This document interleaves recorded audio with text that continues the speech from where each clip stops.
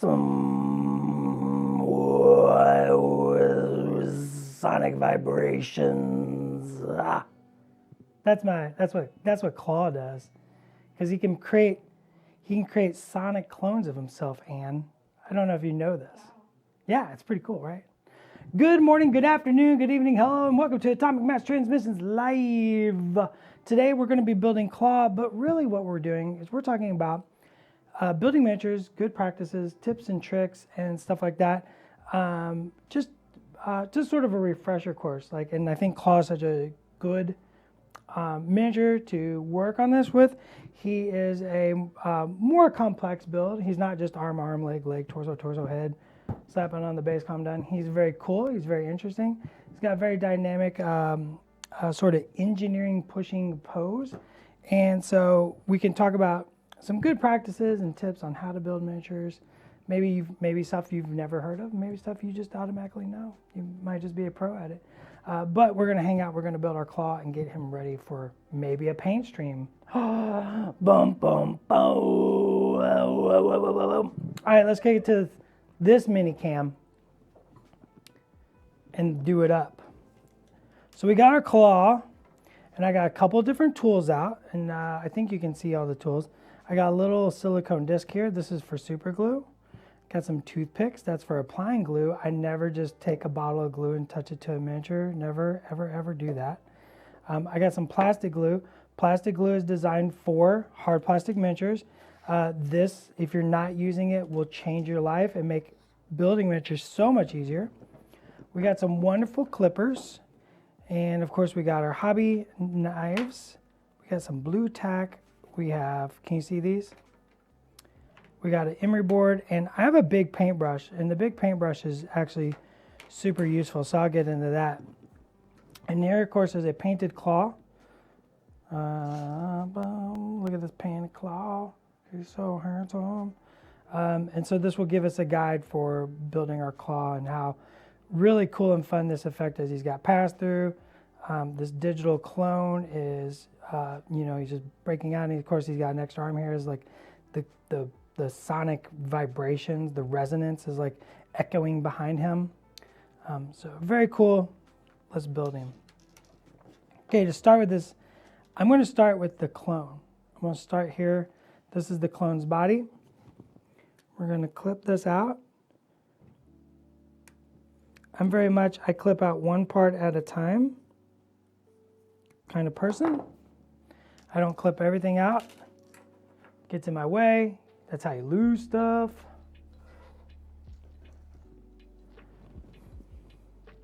Yeah, we got some important checkpoints that are just in the, and they get done when they're done. But there's always a checkpoint. There's always like layers and layers and layers of checkpoints. Let's get rid of that. Feed gate. Very sharp hobby knife. Please be careful.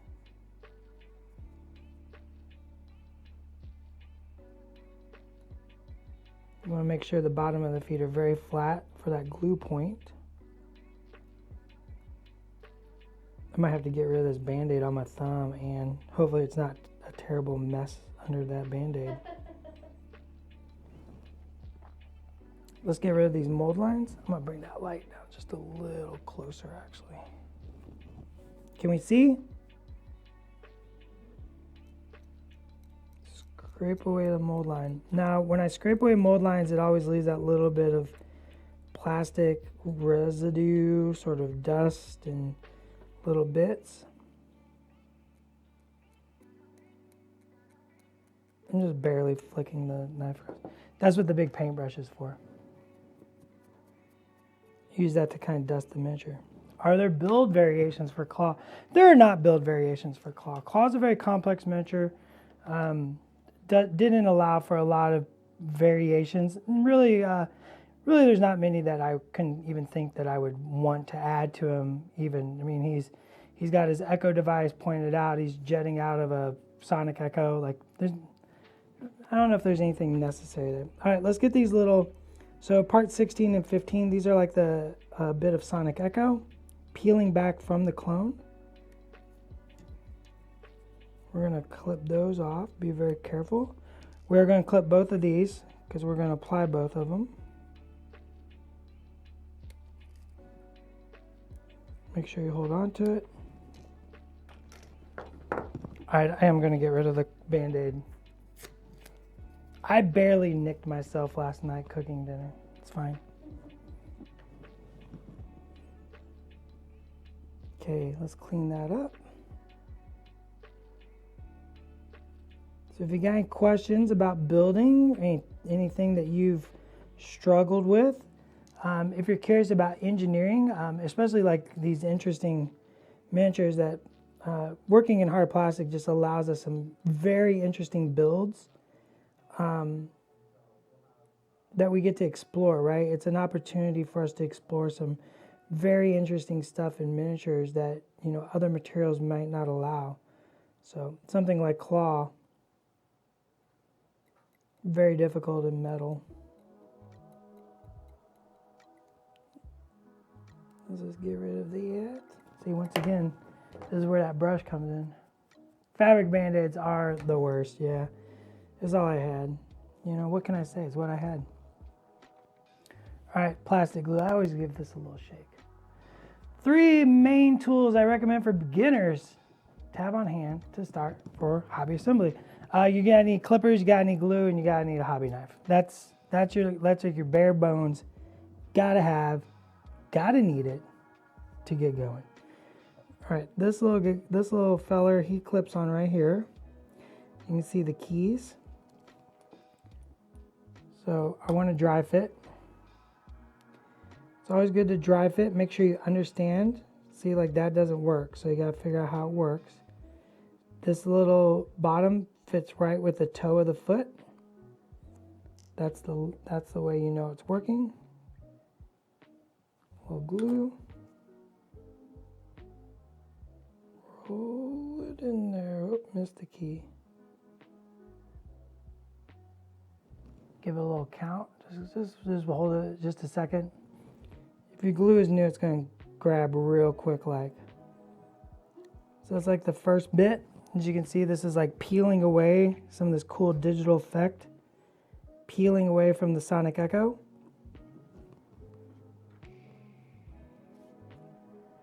This other one, you can see the key is right there. So we want to dry fit that.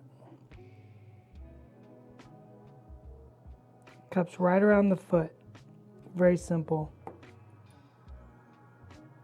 Once you get dry fit, a little touch of glue. Cup it right around the foot.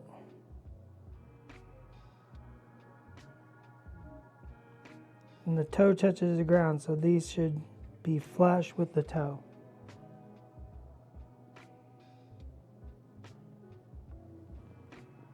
So now we got the little sonic peeling happening on the foot. This does 2 things. One, it's aesthetically very cool. Number 2, it increases the footprint, right, of this toe to give it a better anchor point on the base. I always like to try to make sure we get a nice chunky anchor point for the feet to touch the base. It just helps with the miniature stability and stuff like that. Did you present the clone concept to the engineer team first, or was this a dream idea they made happen? This was concepted first, and we very much worked together and discussed how to make it happen. Like nothing is just thrown at a team and said, figure it out, right? We're going to clip out the body. It's next. So it's a bunch of like drawing the silhouette and figuring out like the path of the miniature and like what sort of story we want the miniature to tell. What is interesting for miniature painting, miniature design, and then we like to take that to the sculpting engineer team and get their input. Be like, all right, so this is the crazy idea. How do we make it work, right? What needs to change? And sometimes nothing needs to change. We just need to be mindful of where the keys are placed.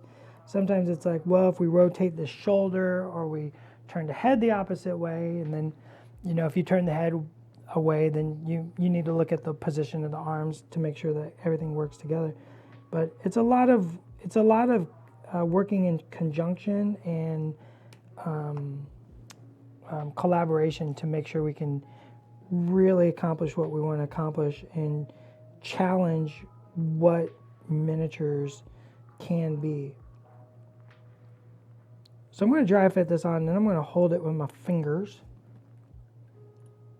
And I'm just going to let go just a little bit. Do a little touch of glue right in the crevice. Seeing that dry fit just let me have it. Just let me nail it there. Am I still on screen? Yes. And maybe we're going to turn it over here. This mini does look like it. Oh, yeah, I think this miniature is very successful. It was an interesting challenge. Really just sort of seeing what we can do with a miniature and sort of just expanding on like a lot of information and a lot of lessons we've learned over the past 4 or 5 years, and just developing a cool idea and just having fun with it. Klaw is such an interesting character, and it was in a recent, I guess not terribly recent, but within the past 6 years, I think, Daredevil run. He really had some really cool iterations of his powers, and it was just something that was really thought-provoking, right? And just led us to this cool design.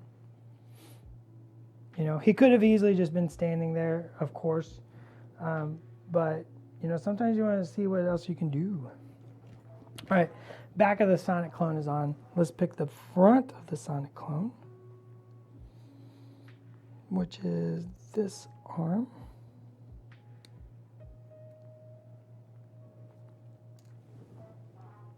Let's go ahead and get, I'll leave the head off. Clean this up. I'll just use the front blades, just lightly scrape away the mold line.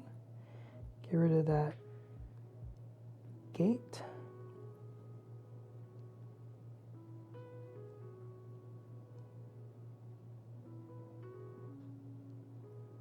Now, plastic glue is super wonderful.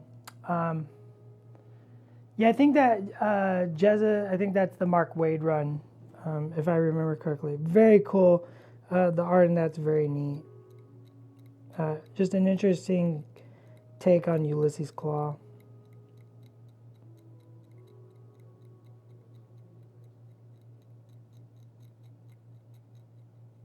Get rid of that. Here's my brush. Maha Raccoon, Claw Stream. I love this sculpt. Yeah, me too. I really, really love this sculpt. Got a little bit more to clean off on this arm.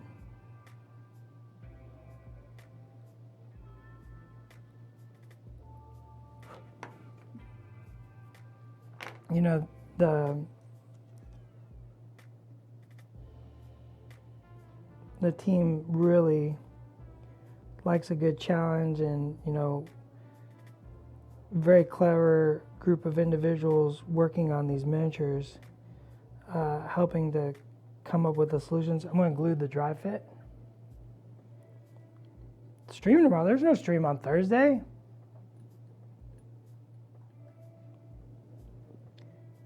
Boop. Just a little touch of glue right there. Let that cure. We'll glue the rest. As long as I'm still on the screen.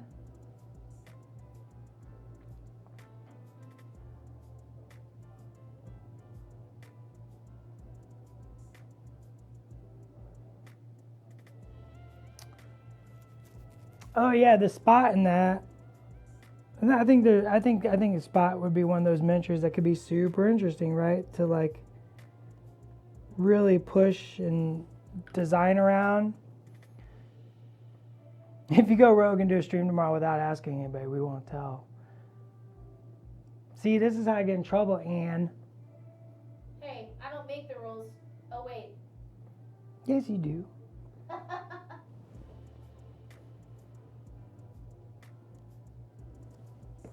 little more glue right down here. Let that cure. For folks who want to try partial assembly to get the weird spots for detail, how do you recommend doing the process of priming the pieces and then completing assembly? On this miniature, woof, I almost wouldn't do it. I'm a firm believer, like there's a lot of hollow spots. If your brush can't reach it, I can't see it. Yeah, you can blue tack it all, but there's many ways to eat a chocolate coated peanut butter candy. I think it's up to you. I would not paint this in subassembly. I would just go for it, and just let the things I can't reach are just things I can't reach.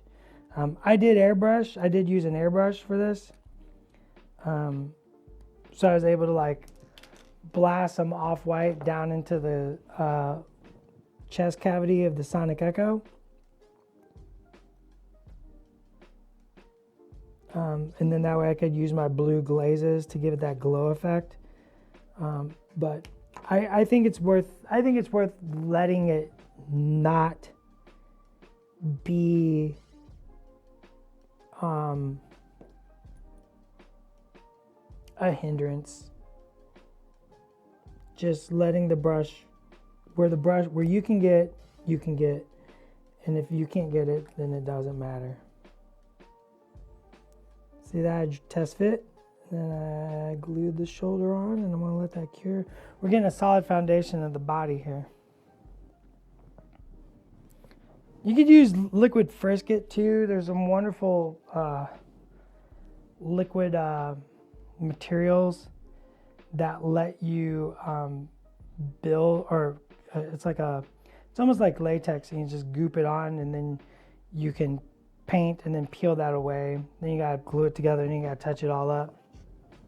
All right, I'm gonna go ahead and let this cure, because this is gonna have to support the weight of Klaw. So I'm gonna start building Klaw himself. We haven't even started building Klaw. It's been 20 minutes.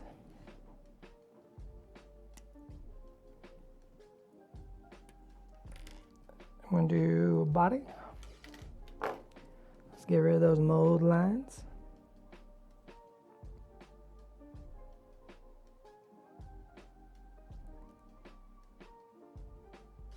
Oh, I think I got an old blade. Terrible.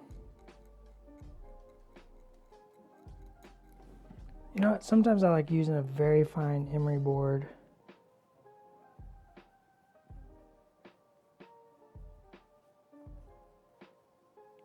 Especially these really shallow mold lines.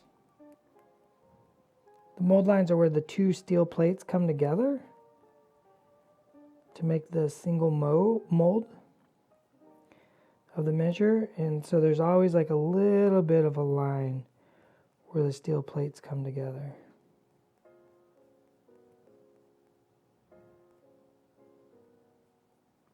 When you're working on like big vehicles and stuff, it's very easy to hide those, like in where like a panel line is, or where two pieces of paneling come together.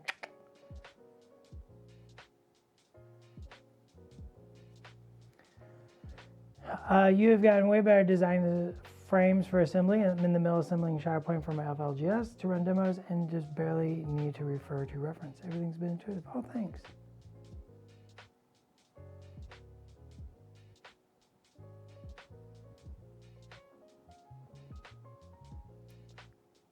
Yeah, well, that's usually the way we do it anyways, is a character is on a single section of a frame. We try not to mix the character parts, willy-nilly jamblied up. And like I said earlier, and Schick just reiterated, like we have a very talented team that's always pushing and learning and growing, and always here for a challenge and pushing the artistic boundaries and stuff like that.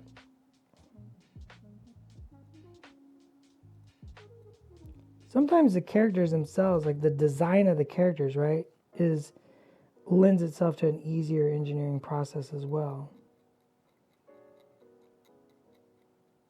I see people talk about Star-Lord's heads, and it's just like, well, it's a design of Star-Lord that sort of, created the situation.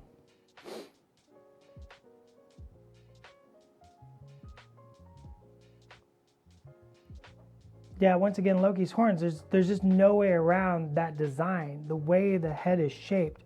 I need a pen and paper. I will draw this right here live. Why is Loki's horns pulled off?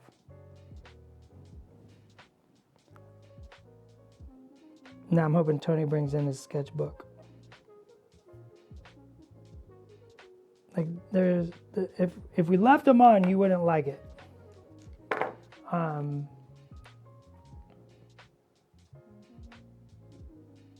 There's no concept that we have ever shied from. Honey Badger's skinny arms were tricky. Well, tell Honey Badger to beef up.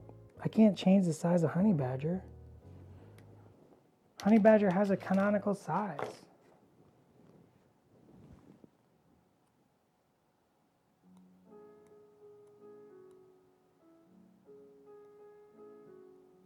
And I gotta use my scale reference to measure everybody against.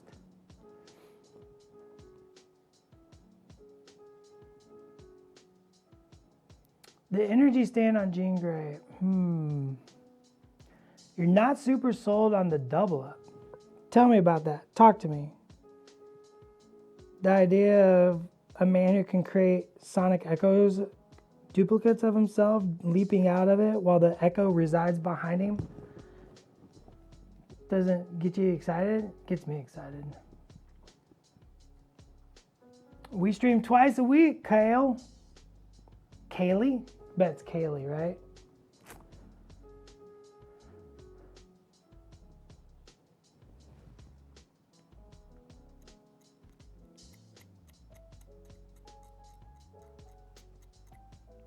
Oh, I'm not disagreeing. I'm just willing to explain also why those miniatures require finesse.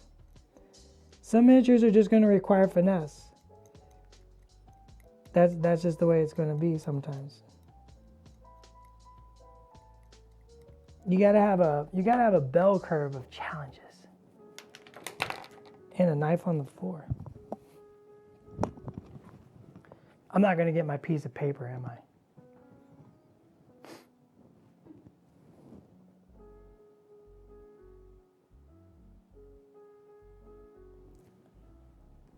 All right, let's glue his, wait. Did I lose a part?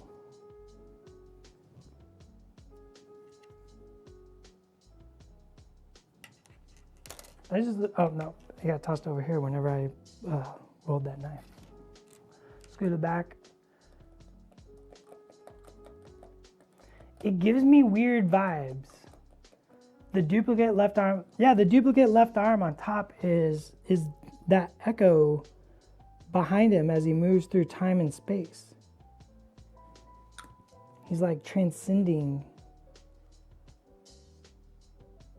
And that's just like the sonic echo behind him. If you don't like it, that's fine. Cut it off. I think it's an interesting part of the story. Leg. I'm not gonna get my piece of paper, am I? Konachek. Yeah, if you look here, can you see this, Ann? Yeah. So the one I painted, the red and the purples are very saturated. And then the echo is desaturated. So it's still the same colors, but they're just been desaturated a little bit. So you add a little off-white or stuff like that.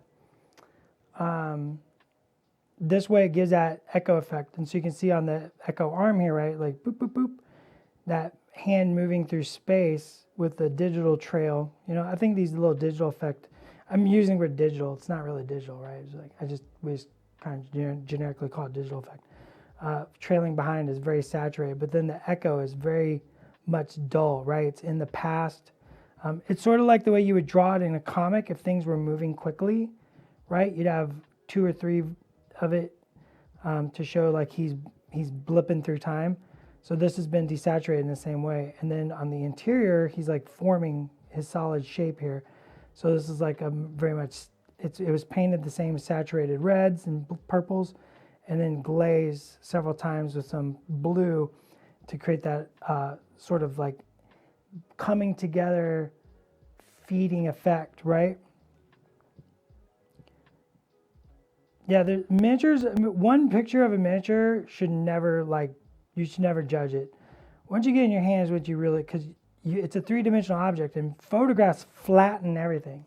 It's very, very flattening when you take a picture of it. So everything gets compressed almost onto a single plane. So once you see things in 3-dimensional, that's when you really get the true effect of a lot of miniatures, right? And you want to see like in the photos, you might not see how that pass through creates all the way through that body, and that's such the interesting part of the effect, or the way this shoulder is absolutely missing, right? All the way through the leg. Like this is the engineering and such an interesting part of the miniature.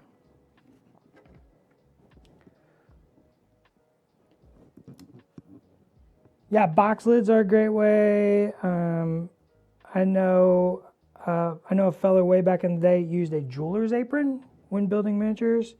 Also, I just don't cut more than one part at a time. Well, I guess you have to have 2 out at a time, but I don't clip all my bits.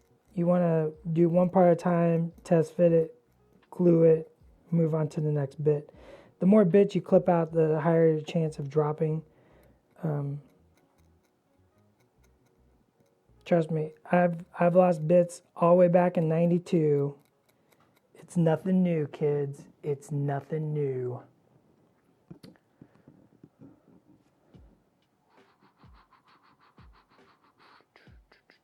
Yeah, I want to see how everybody interprets the echo effect. I think it's such an interesting and unique thing, and like that's always our goal with miniatures, is to look at what Josh and Preston and I were talking, and we're talking about when we're concepting the miniature.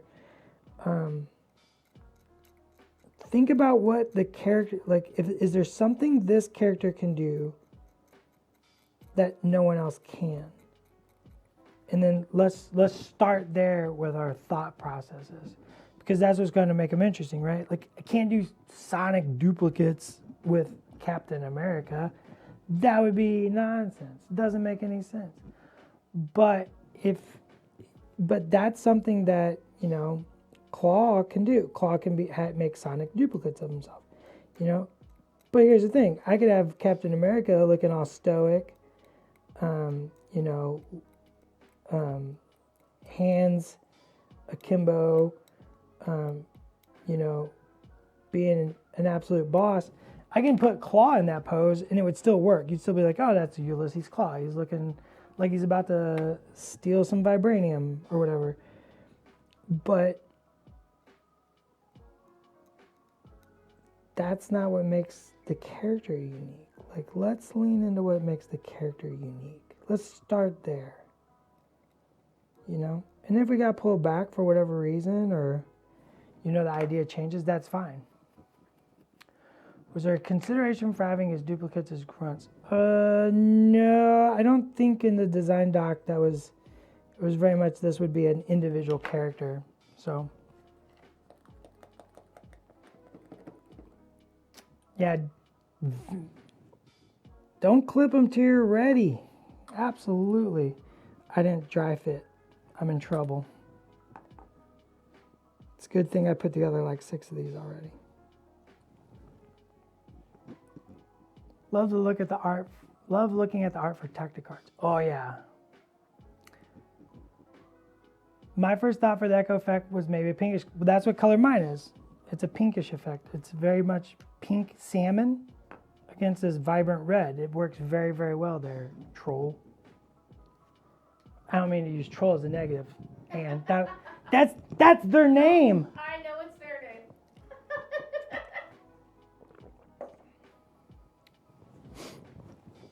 I still didn't get my piece of paper. I'm really upset about this. Where's my assistant? Do you want me to go get it? No. No, I don't want it now.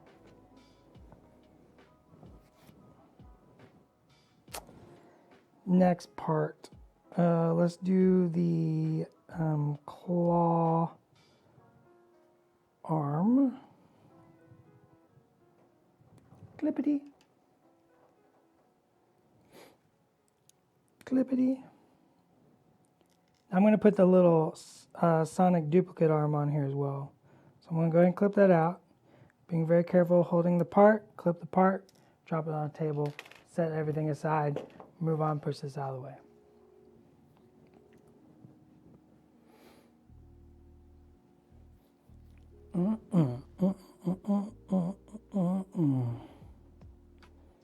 Yeah, we love a good design challenge and we love pushing ourselves and seeing where we can go with characters. It's just always fun to like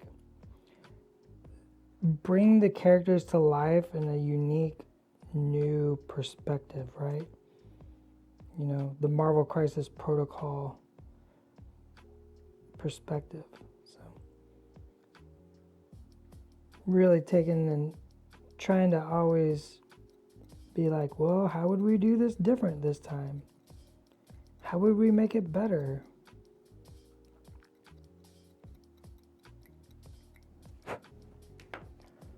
Magneto's the best miniature. How would you do better? I don't know.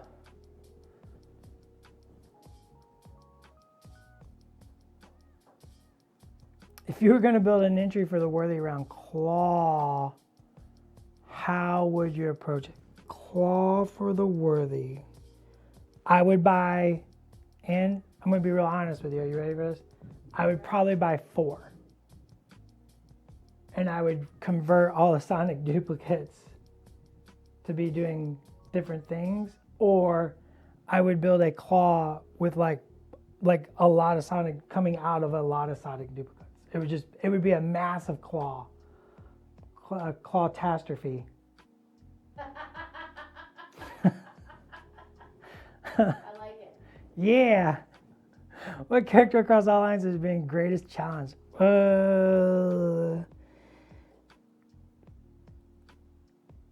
I don't know. I mean, we take off our challenges in stride. Like we very much like it's just part of the challenge. Man, I don't know.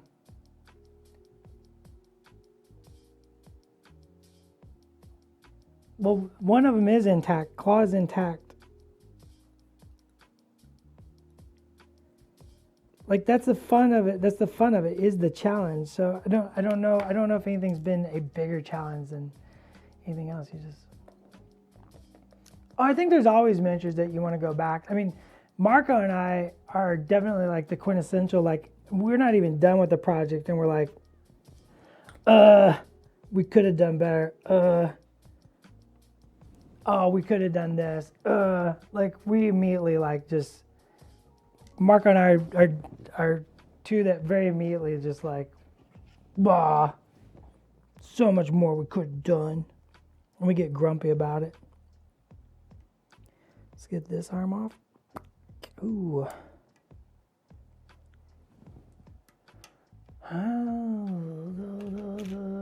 Absolutely, our own worst critics. 100% our own worst critics.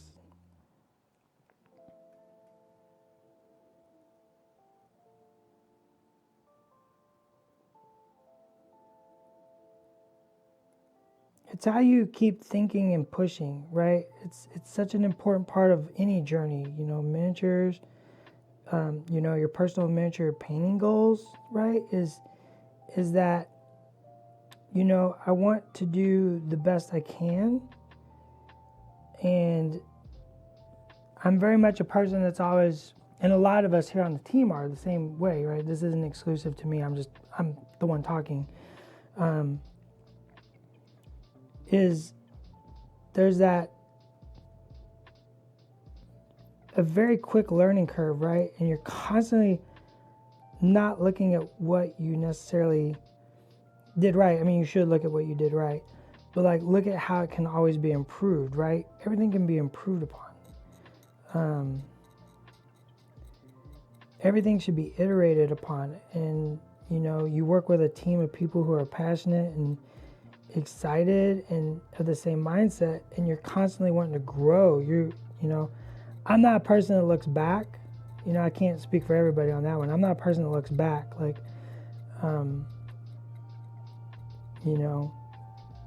if you show me your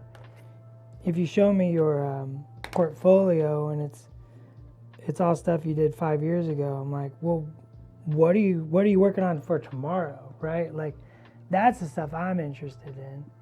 I want to know what you're doing tomorrow. What's your goal? How can you do better than what you did 5 years ago, right? 10 years ago. And that's such a driving force to so much here at the AMG Mindset, right? Okay, right, we did that. Okay.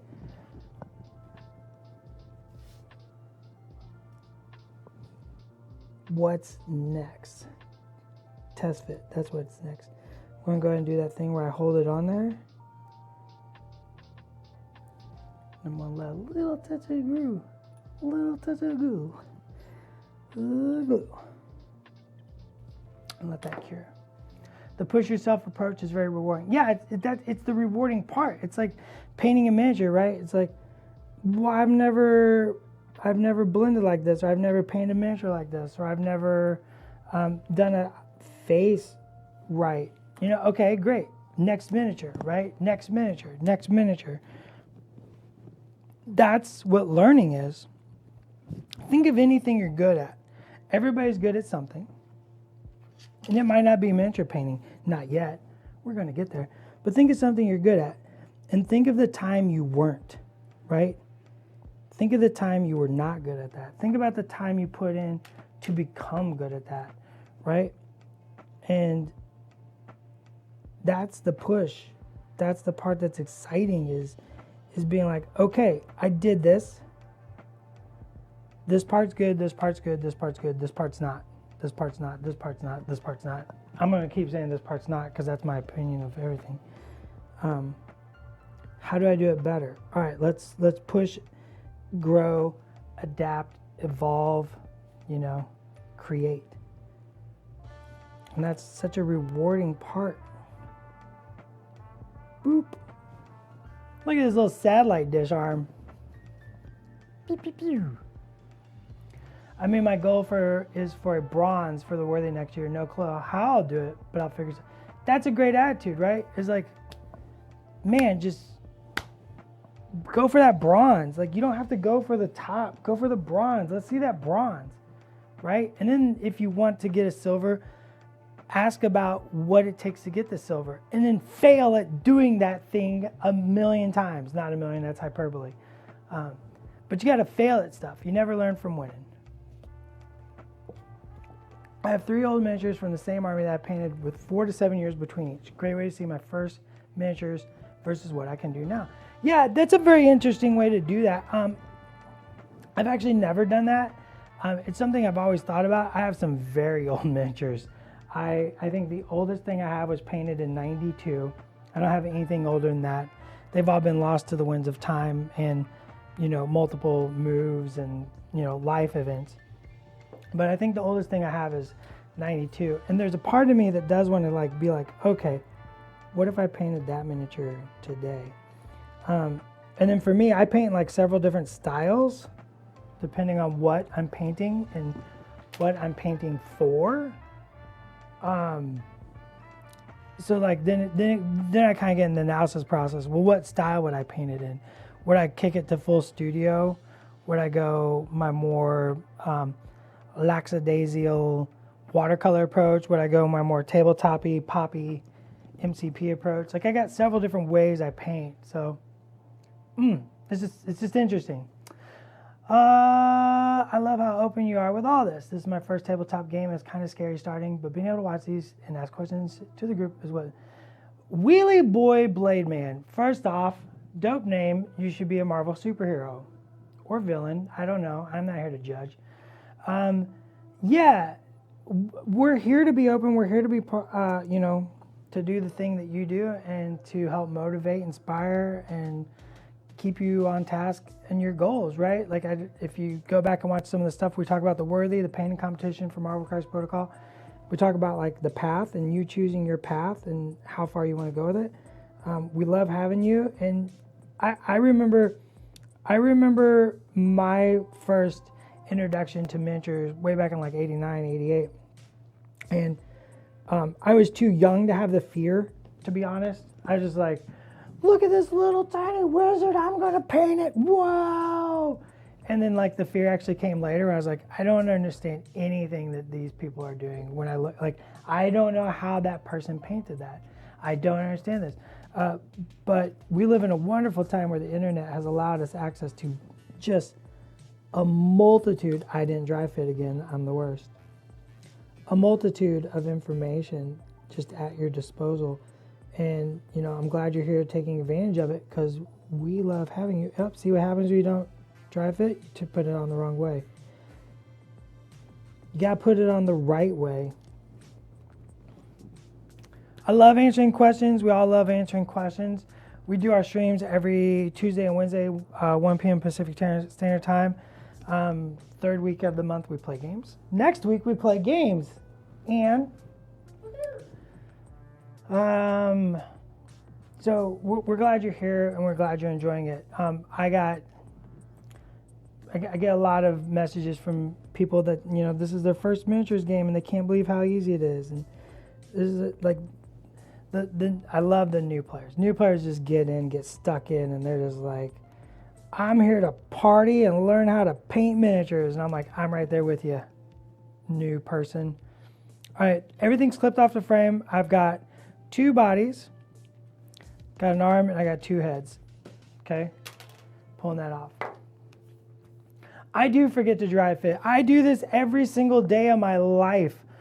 I do this every day at work, and I do it every night when I go home. And so I still forget to dry fit. But I'm a monster, right? I'm here to teach the ideas. Like, sometimes I mess it up. This was my first mini game that I felt confident enough to put something into the Worthy. I have my patch. Just got put on my bag. Put that patch on your bag. I love minis where you have to use multiple techniques, schemes, and approaches to get the project where you want. Yes, those are the best, TK. Those are the best. I love it when it's like, okay, this area is going to be super smooth. This area is going to be super like congested with like little scritches. This area is going to have tons of freehand. This area needs to be wet blended. This area needs to be dry brushed. This area needs to be layered. This area needs to be like watercolory.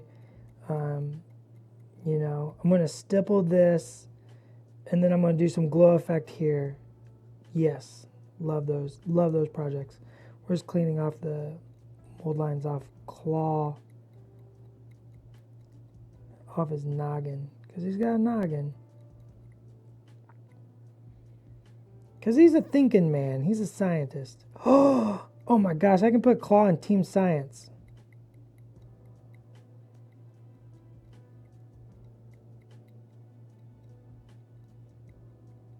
I mean, he's kind of a scientist, but not really. He does a little science. It's a stretch. How do you tackle mistakes during assembly if they do happen?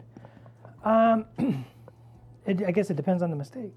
If you're using this wonderful plastic glue, which you should be using on all Atomic Mass Games miniatures, it gives you a little freedom in the build moment. Like, see, that doesn't immediately grab. It's actually kind of nice that it doesn't, because I'm going to show you a little trick right now. Let's take a little glue. Plastic glue actually physically breaks down the plastic. It sort of melts it a little bit. So what you can do is then smoosh that down in there, pull it out a couple times, and it'll push liquid plastic up out of the seam. It'll cover seams. It's a very wonderful technique. And then as that sets much quicker, that is like perma bonded in there. That's going nowhere. Try to fit the arm. Muscles up.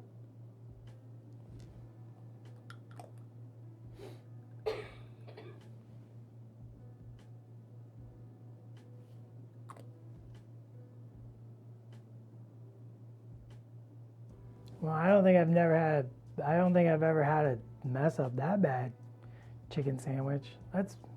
I'm curious to know what was so dramatic. I'm just gonna let that cure. Another cool thing about plastic, if you have like a little seam, like say on his torso here, you can use a little bit of this plastic glue, sort of melt that, and then we can scrape that later, and that seam will go away even better than before.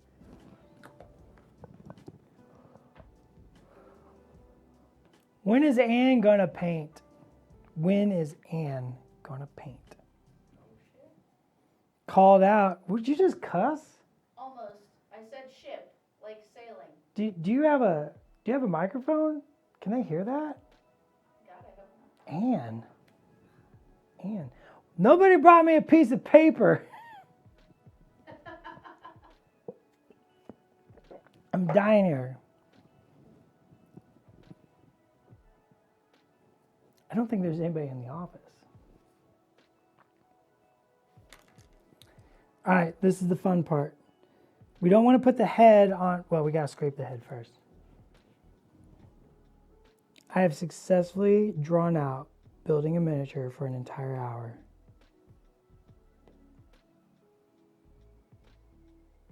Normally doesn't take this long.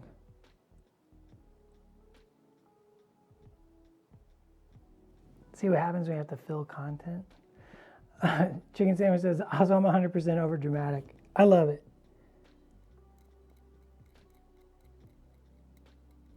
Gotta roll with them punches. You can't learn by winning.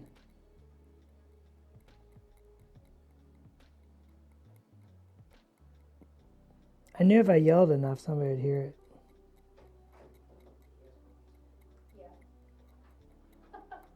Oh my gosh. Is there a pin somewhere? I don't know, you can ask for it. Oh, just the worst.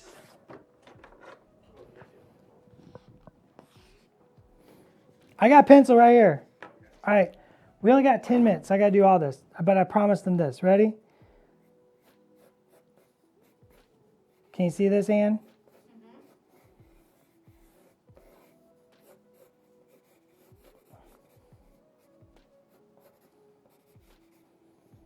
Do you know what this is, Ann? The side of a head? Side of a head, right? So this is Loki's head. Let's imagine this is Loki's head. This is not as handsome as Loki, but you get the gist. So Loki's horns are designed as such, correct? This is my favorite topic. I love talking about engineering. So that's Loki's horns. So when you're looking at this from a steel mold, the steel mold is coming front to back, right? That's how we're going to get this. The other way to do it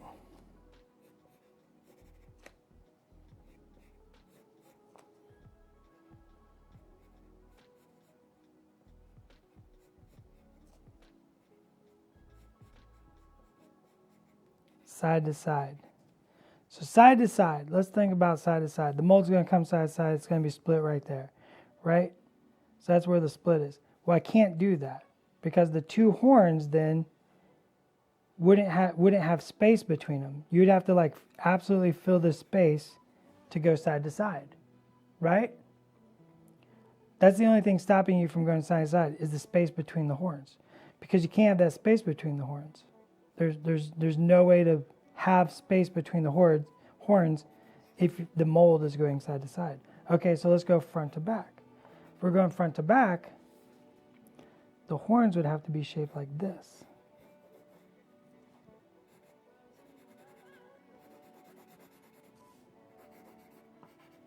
Because you can't have that dip, right? That dip can't exist. The steel mold's going to slide right here. So the back of the head is in this mold. The front of the head is in this mold. So I can't have this because the steel can't curve around, right? So we could do a front to back, leave the horns on, then you wouldn't have to put on Loki's horns, but then the horns would be flat across the top of the head, out in front, and then you'd have the horn shape, and that's not what Loki's horns look like. So to make Loki, the horns had to come off, right? That's some engineering for you today. That's some engineering philosophy. It's the exact same thing when we talk about Star-Lord's heads. If you look at Star-Lord's head, imagine those horns aren't there. Side to side, you can't go front to back, or you have to go front to back. You can't go side to side because the goggles and the mask. So you have to go side to side. Or you have to go front to back. But then, going front to back, you can't have all this interesting design elements that's built into the helmet because that's going into the side of the head, right? Well, this isn't silicone mold for sure. Like, silicone molds is a completely different philosophy. And yeah, you'd have to have a vent, but you can't, like silicone mold, this is called an undercut. Like that shape right there of the horn to head, that's called an undercut. And silicone molds and even rubber molds for metal miniatures have a lot of tolerance for undercuts. Steel molds have zero tolerance for undercuts. You have zero. It's zero. So like Star-Lord's head has all this design elements, just sort of built into the side of the head. But he has all this design element on the front of his head too. So you can't just erase this, right? Like that's just not Star-Lord's head. Going front to back, that would all just be flat and filled in, and that's just not what Star-Lord's head looks like. So, and I can't go side to side because then you'd have no gap between the eyes, you'd have no vent in the teeth and stuff like that. So like a lot of times, like if you actually put the miniature together or the two parts that you question, if you put those together, you can see why it was actually cut. So that's why Star-Lord's head's in 4 parts, because we need this side, the other side, and the front. And then the hair is just all kind of like compounds the situation with the design of the head, design of the mask. And then the hair just is just a complex shape to add on top. Loki's horns, once again, that's what Loki's horns would look like. I can do this. Like, I know how to make a 1-part miniature, but that's what it will look like. All right, I got my pencil, I got my paper. I'm very, very happy. And we're almost done with Klaw. And we only got 5 minutes.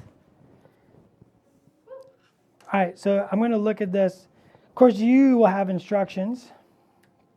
I want to look at Klaw. Klaw's leg goes through the torso and has a connection point here. All these little keys line up, these little digital bits line up. So I just need to make sure I get that in there. So this is the tricky part. It's going to go through. You're just going to give it a little rotate. It's nothing dramatic. I can't remember if those stick out or behind. Those are behind. And these little digital effects connect right back there together. I just got to make sure I get him in the right spot, the right angle. I don't have the instructions, so I'm doing a lot of guesswork here. Even though I put him together once. Now I got that dry fit. Wonderful. Did that Did that make sense? Does everybody understand a little bit more about the engineering and like how that stuff works? It's a very cool and interesting process. So if you got more questions, by all means, please ask. Plastic glue's our friend here. Smash it in there. I'm just going to smash it in there. Your brush, no one's going to care if this looks a little glurpy back there. It's just going to happen. Just going to let it. You're just going to seal it. You're just going to let those parts melt together. Someone get this man a piece of paper. Thank you. I don't know, you didn't ask for a pen. Yeah, this is how we talk to each other, seeker.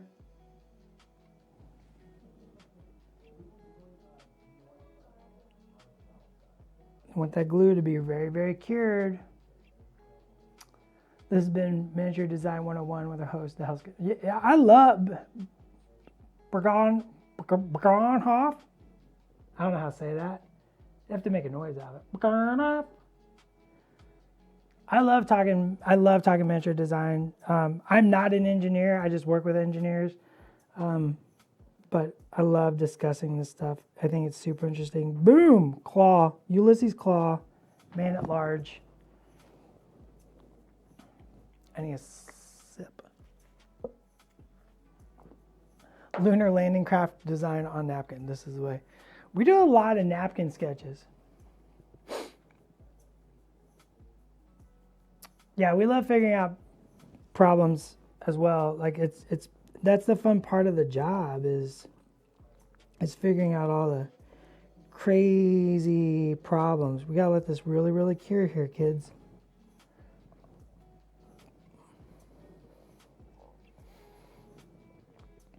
Maha, from concept to sculpt to molding. Oh, a recorded video on the production. I can give you the short gist of it. Schick makes up nonsense.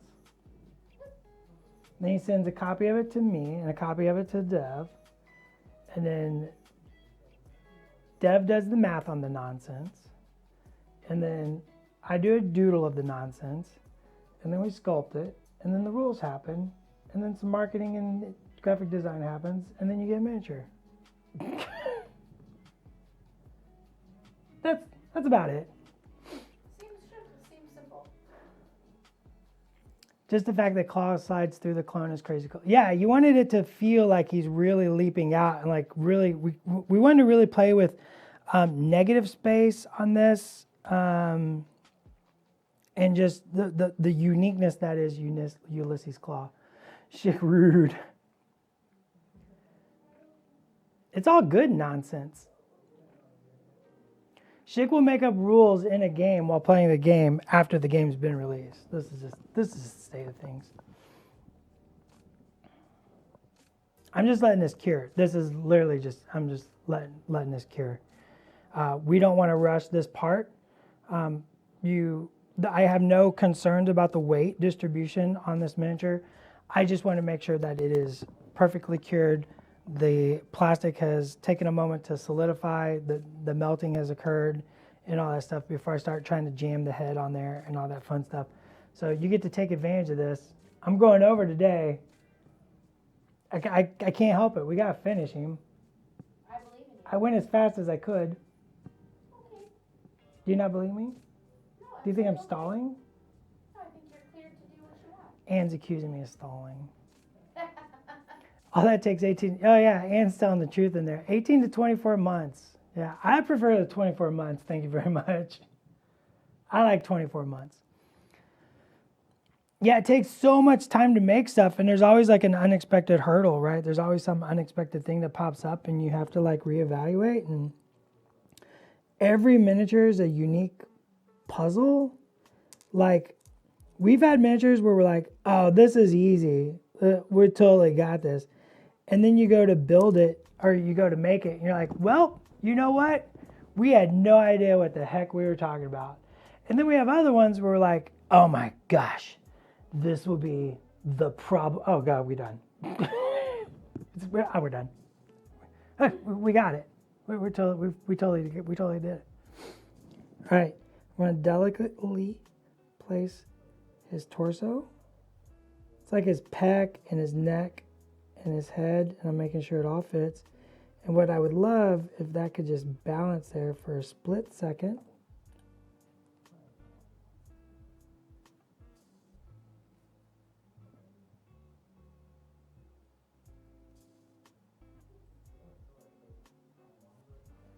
We're just gonna let that melt together, and we are done.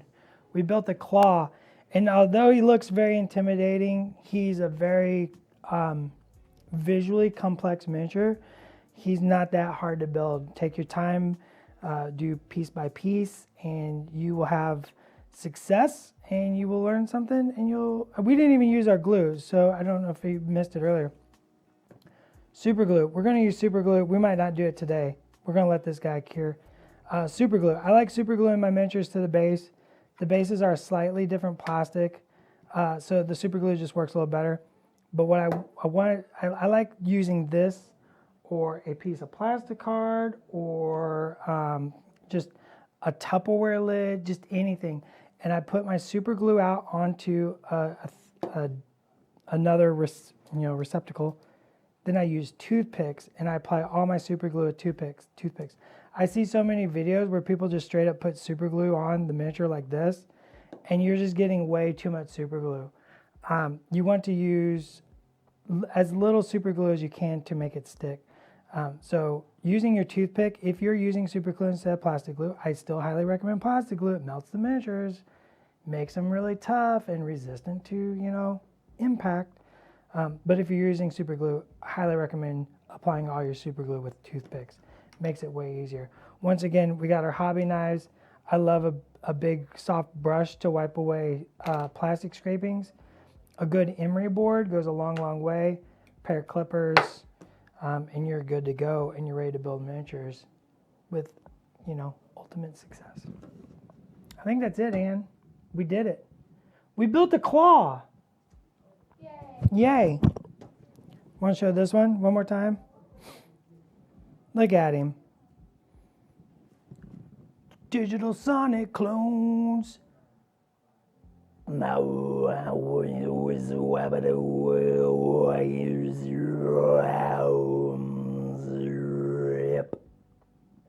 That's my digital Sonic clone sound.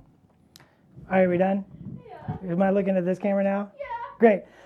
So remember, join us every Tuesday and Wednesday at 1 p.m. Pacific Standard Time here on Twitch for Atomic Mass Transmissions Live. We hang out, we paint, we have fun, and the third week of the month, we play games. That's next week. I have a game with Josh. It's going to be dope. And for all the latest news, information, and announcements coming from Atomic Mass Games about all of our wonderful games, you check us out on Twitter and or Instagram. That's where Ann and the team post all the fun stuff about stuff, so you know what stuff is coming up. So go check us out there. So until next week, we'll see you next time. Have fun. Go be a hero. Go be a Sonic hero. Go make your own Sonic clones. I don't know what that means. Bye. Sonic clones. Be up.